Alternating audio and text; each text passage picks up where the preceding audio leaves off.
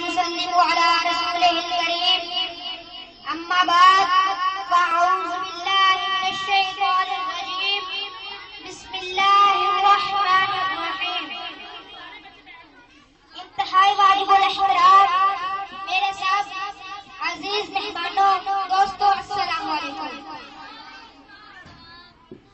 آج مجھے جس موضوع پر لب کشائی کرنے کا موقع ملا ہے وہ ہے تعلیم سکھاتی ہے انسان کو جینے کا سلیقہ۔ سامعین مکرم،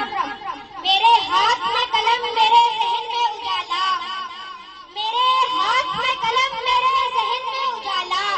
مجھے کیا دبا سکے گا کوئی ظلمتوں کا بالا، مجھے فکر امن عالم، مجھے اپنی ذات کا غم، میں گلو ہو رہا ہوں تو غرور ہونے والا، نہ میں رکھی ہوں نہ میں راضی ہوں، نہ میں سازی ہوں نہ غزالی ہوں، نہ بیدر نہ حالی غالب ہوں نہ میں اقبال ہوں، ارے میں انسان ہوں حیوان رات ہوں، میرا مقصد انسانیت کی امان کی بلندیوں کو پا کرنا ہے، کیونکہ مجھے معلوم ہے تعلیم سکھاتی ہے انسان کو جینے کا سلیقہ۔ سامعین مکرم، تعلیم کسی بھی قوم کی تعمیر و ترقی کی بنیاد ہے، کیونکہ تاریخ گواہ ہے تعلیم یافتہ قوموں نے اس دنیا کو بڑی قیادت فراہم کی، ایک عظیم قیادت فراہم کی، کیونکہ تعلیم سکھاتی ہے انسان کو جینے کا سلیقہ۔ جناب صدر،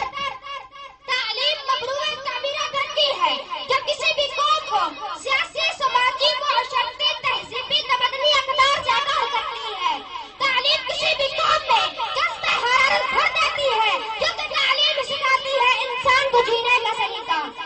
جناب والا،